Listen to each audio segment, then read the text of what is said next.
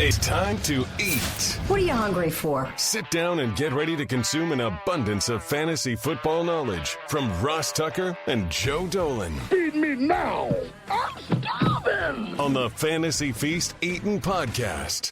Yeah, let's eat, baby. It is the Fantasy Feast Eatin' Podcast presented by DraftKings. We love those guys. That's the only place you should play DFS. They are amazing. Or bet on the DK Sportsbook app. I'm Ross Tucker. You know that.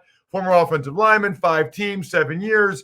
Absolutely love every aspect of football. The games themselves, the narratives, the discussions, fantasy, betting, everything around it. I'm a big fan of. Called the game on Wednesday night, Bowling Green, Toledo. I will be at the Ravens-Dolphins tonight. So if you're driving around, listen to your boy with Iron Eagle calling the game. Should be an absolute blast. This is the show that's so nice. We do it twice. You know who the star is, Joe Dolan from fantasypoints.com fame. You need to go ahead and use the code 21Feast over there.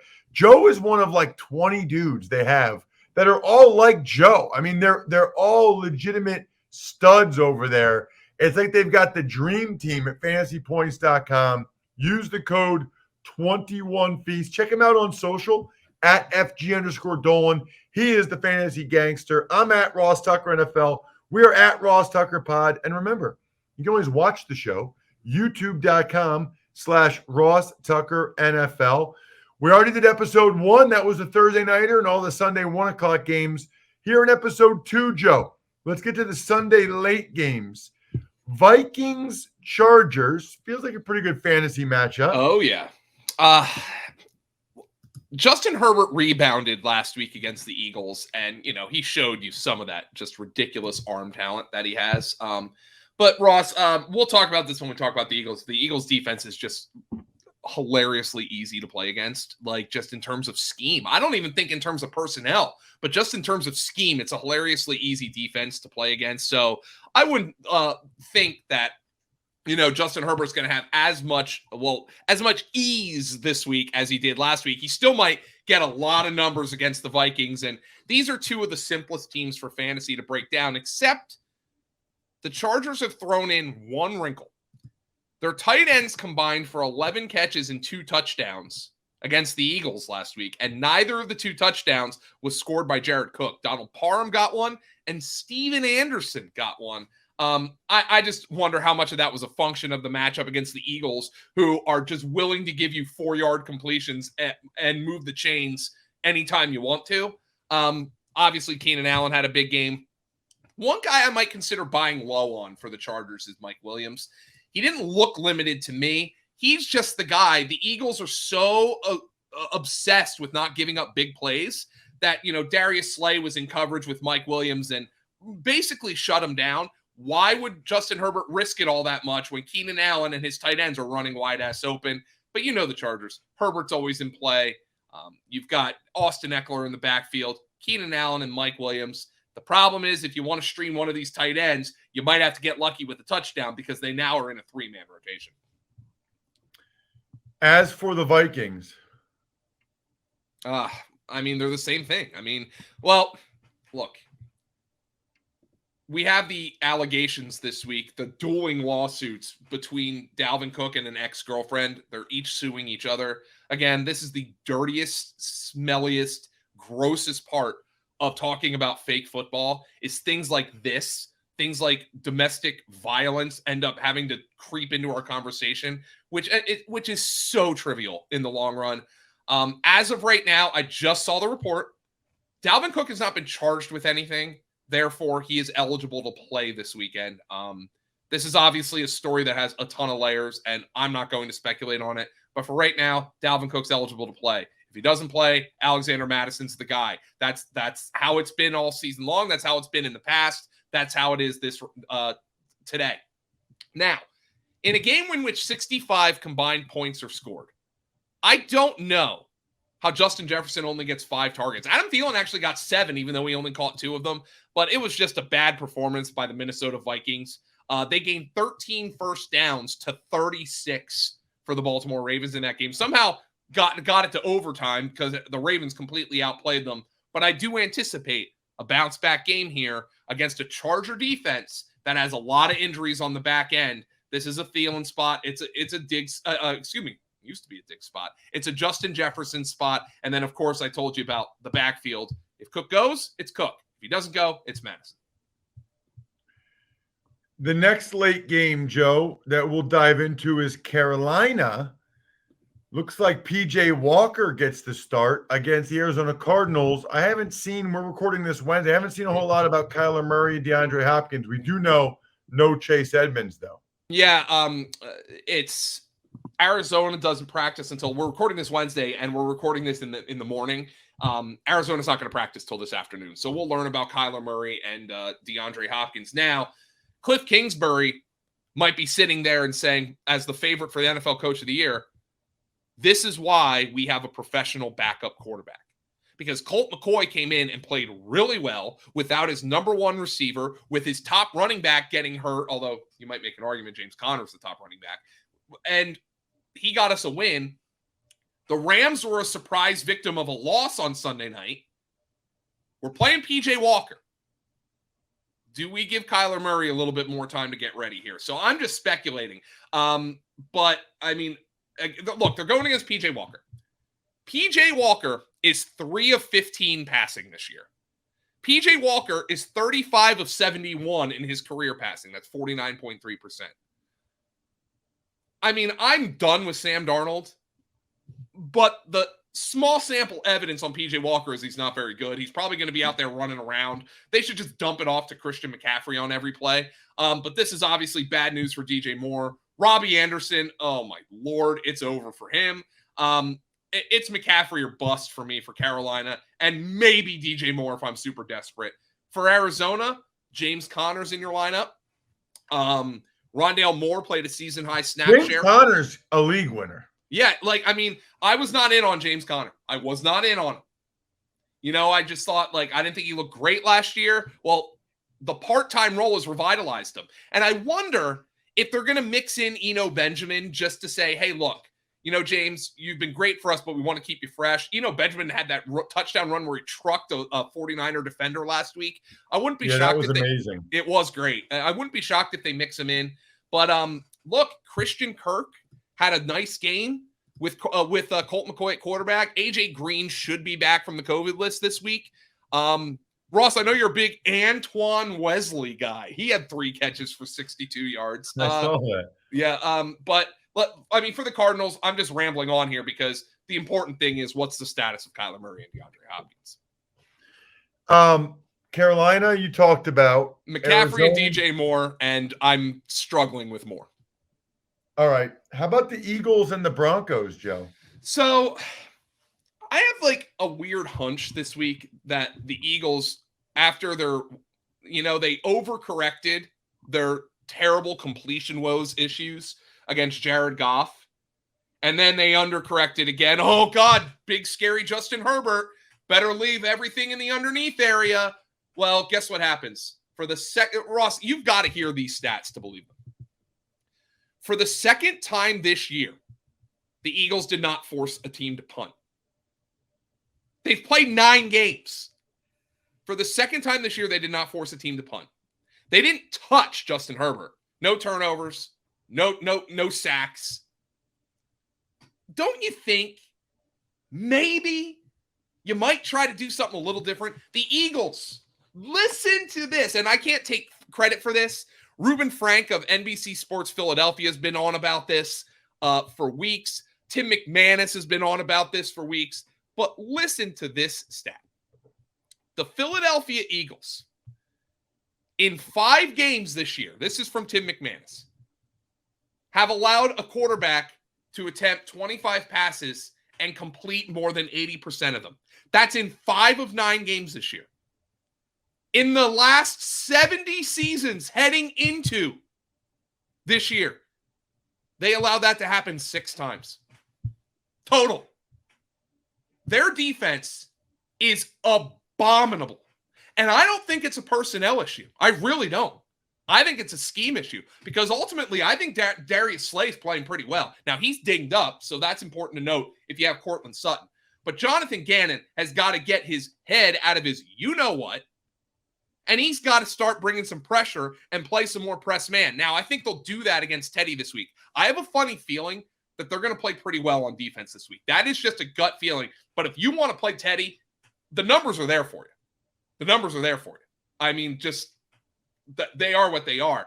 The one thing the Eagles have done well, especially if Slay can play, if not, all bets are off. The one thing they have done well is number one receivers on the perimeter. Darius Slay's done a good job on them.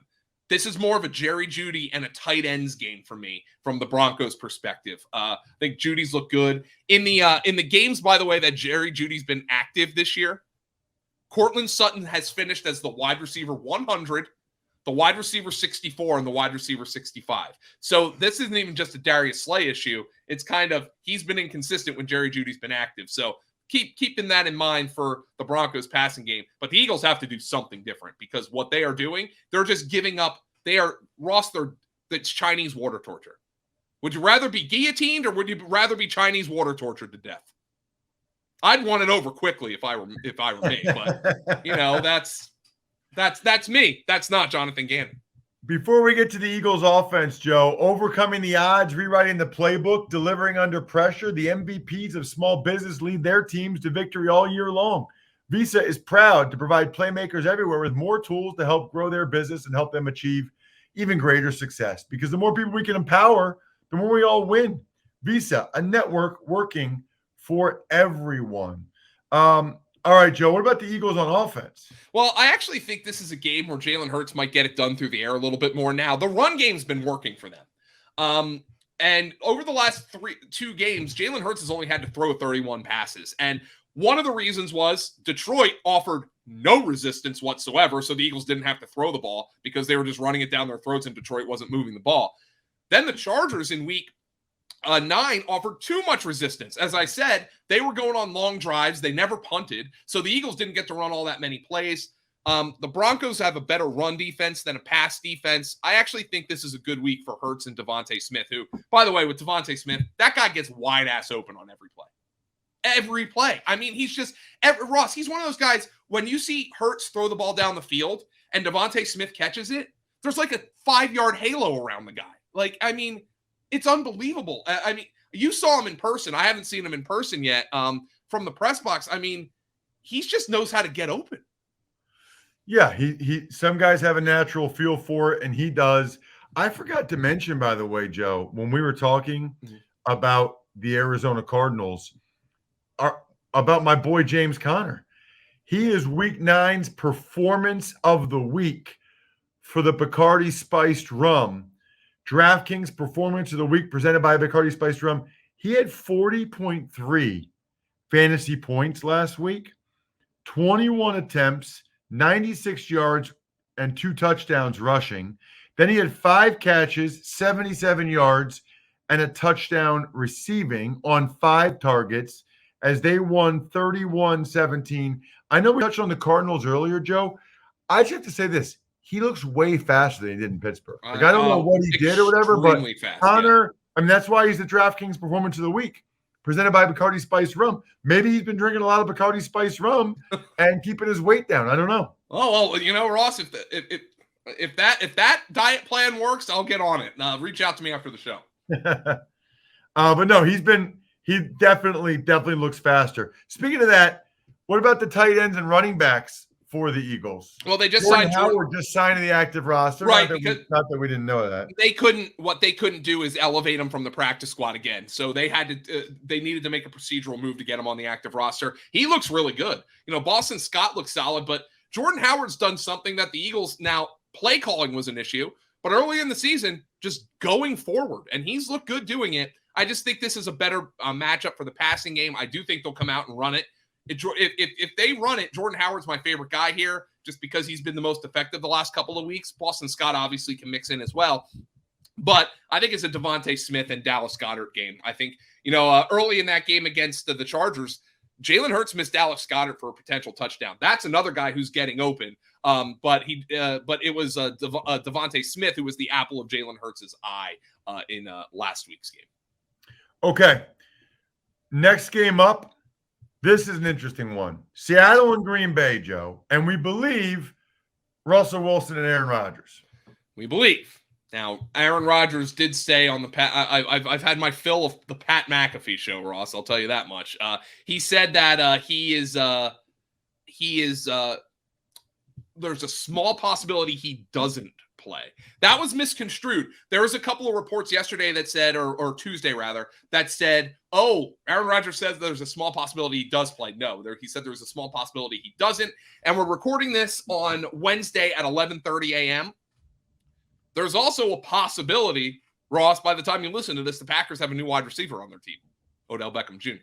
The Seahawks were apparently in the mix too, but Diana Rossini reported on Wednesday that it was the Packers, the Chiefs, and the Saints. I'm sure one of those teams, by the time you listen to this, has Odell Beckham, and then we'll reevaluate from there. But if Aaron Rodgers played last week, the Packers were blowing the Chiefs off the field. I mean, that's long and the short of it. Devontae Adams, everything's looking up for him if Aaron Rodgers is back.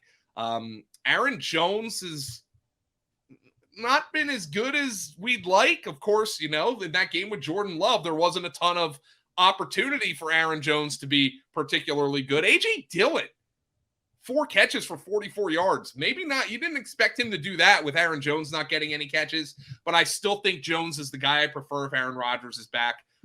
Otherwise, unless Odell Beckham signs here, pretty cut and dry team. Yeah, I think you're right. As for Green Bay. You mean Seahawks. Seahawks, I'm sorry. Yeah, Russell Wilson's back.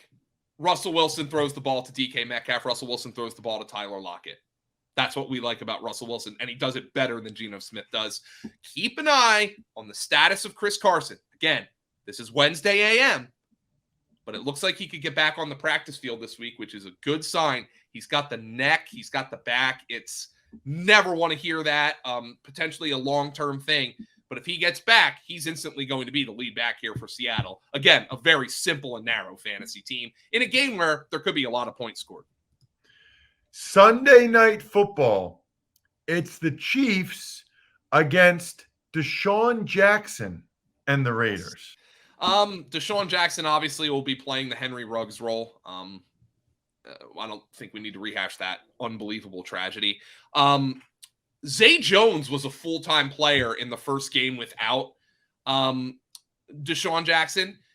Zay Jones and Bryan Edwards led the team in routes run with 47. However, they combined for 1 catch for 20 yards. So Derek Carr just doesn't throw the ball to Bryan Edwards. I can't play Bryan Edwards right now. I know people are like, oh, Ruggs, like people's first instinct is to ask about fantasy after that. Thanks, guys. But Bryan Edwards didn't catch a ball. Darren Waller led the Raiders in receiving for the first time since week 1 in week 9. You would have to think his role is going to be so important.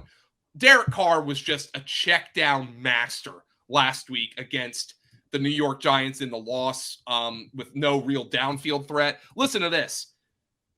11, 19, 28, 31, 35, 38 of Derek Carr's 46 pass attempts were targeted to either tight ends, running backs, or Hunter Renfrow.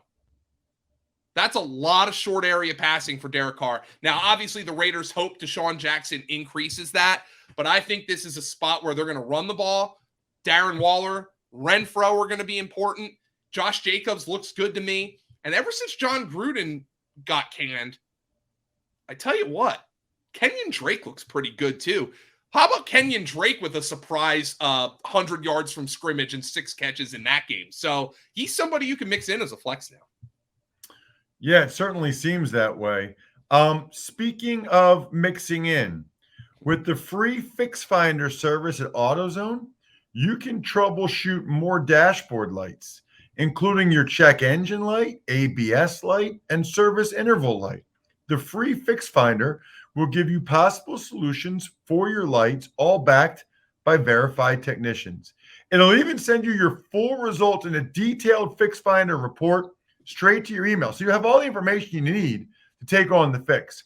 And if you need a bit of help from a repair shop, AutoZone will even refer you to a nearby shop that you can trust. It's the most complete free warning light report backed by technician verified fixes. And you can only find it at AutoZone. So next time your dashboard lights pay you a visit, just get in the zone, auto zone. All right, Joe, who's getting in the zone for the Chiefs? Not enough. Nobody. Oh, my God, this team's bad right now. Earlier in the season, Ross, we were saying, we're grading the Chiefs on a curve, because, we're so used to them being dominant. Then now they're just kind of flat bad. I mean, if Jordan Love doesn't look lost in his first career start, Steve Spagnuolo, by the way, blitzed him on over half the dropbacks. Yikes. If he doesn't look lost, they get blown out in that game. Patrick Mahomes' numbers are tragic right now. Listen to this. Over his last 3 games, Patrick Mahomes has completed 57.5% of his throws for 5.4 yards per attempt. That is awful. 47% of Mahomes' throws over 10 air yards have been on target over that span. That is the worst in the NFL. So if we're beyond saying we're grading Patrick Mahomes on a curve, we can grade Patrick Mahomes just like any other NFL quarterback, and it's bad right now. It's really bad. Now, this is one of the teams that could sign Odell Beckham. Maybe those things help, but the offensive line isn't helping right now. The run game is just functional. Darrell Williams is averaging 19 touches since Clyde Edwards-Helaire went down, but he's averaging just 3.4 yards per carry. I don't know what else you do. If you drafted Mahomes, if you drafted Hill, if you drafted Kelsey, you drafted these guys to start them every week. But this is painful right now. This team is like pulling teeth. It is not a good football team. No, it's been brutal. It was actually pretty brutal, though, Sunday night for the Rams, Joe. Mm-hmm. They take on the San Francisco 49ers Monday night. Their O-line got worked by the Titans D-line. Yeah, and I think the 49ers can do that too.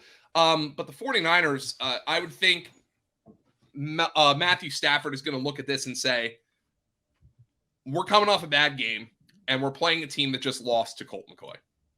We can get right in this spot. And look, even with the Rams stinking it up, Stafford still threw for 294. Robert Woods and Cooper Kupp had over 90 yards receiving. Tyler Higbee got over 10 fantasy points for the first time in forever. But there are a couple things to watch here. Number one, Stafford's got the ankle. He's got the back. He's still dealing with the hand. So he's a little banged up right now. Maybe that can explain some of the bad decisions he made. He had a Wentzian interception for the pick 6, but maybe he's off a little bit. But for the Rams, from a fantasy standpoint, the one thing they have done is they have completely just removed any rotational element out of this offense. Cooper Kupp, Van Jefferson, and Robert Woods are basically 100% of the time players. Like, they play 11 personnel, and they play it on almost every snap. Tyler Higbee's the tight end on almost all of those snaps. So you know who's going to be out there for the Rams. Just keep an eye on the backfield. Darrell Henderson got dinged up a little bit. Sony Michel worked in. I think what Sony Michel has shown is he's one of the primo handcuffs in the NFL. Darrell Henderson's been banged up a couple of times this year. If he misses time, Sony Michel inherits that full backfield. Been pretty disappointed in the Niners, Joe, on the other side. At what point do they decide to go to Trey Lance is the question. And obviously they're going to give this game to Jimmy G. But if they lose this game, when do you take a look at Lance? And that starts to really make things problematic from a fantasy standpoint, especially for somebody like Deebo Samuel, who's been phenomenal. Deebo Samuel now has competition for targets because Brandon Ayuk's crawled his way out of the doghouse, and George Kittle came back and looked great. Goes for over 100 yards and a touchdown. So all of those guys are in play. You're obviously playing Deebo, and I can't imagine you're in a spot where you can't play Kittle. Brandon Ayuk's now in the wide receiver 3 conversation. But the problem is if Trey Lance takes over, the passing game volume goes down and the run game volume goes up. So I think the arrow's pointing up on Elijah Mitchell right now, who made it through that game last week despite the rib injury. And if you needed any more proof of how far buried Trey Sermon is, they made him a healthy scratch, and Jeff Wilson didn't even play a snap despite being healthy. I hope Trey Sermon is mining some precious metals in the center of the earth right now, Ross, because he is buried. Elijah Mitchell is the guy in that backfield. And for fantasy players, if you need a quarterback, might be time to pick up Trey Lance. Just throwing that out there. I thought you were going to say something about like Bitcoin or something. No, Hope he's mining Bitcoin. Maybe there is Bitcoin in the center of the earth. I don't know where it comes from. So, hey, check him out on social at FG_Dolan. I'm at Ross Tucker NFL. We are at Ross Tucker Pod. You can always check us out on YouTube, youtube.com/Ross Tucker NFL. Great stuff this week, Joe. As always, fantasypoints.com is his website. 21 Feast is how you get that glorious discount. I'm stuffed. We're done. Thanks for listening to the Fantasy Feast podcast. Make sure to also subscribe to the Ross Tucker Football Podcast, Even Money, Business of Sports, and the College Draft. All available at Apple Podcasts, rosstucker.com, or wherever podcasts can be found. A lot of times on the show, I mentioned DraftKings. Here's what you need to know. You got to be 21 or older, New Jersey, Indiana, or Pennsylvania only. New customers only. Restrictions apply. See DraftKings.com/sportsbook for details. Gambling problem, call 1-800-GAMBLER, or in Indiana, 1-800-9-WITH-IT. By the way, if what I was talking about included a deposit bonus, doesn't always, sometimes it does. Deposit bonus requires 25 times playthrough, and deposit bonuses are paid out in site credit.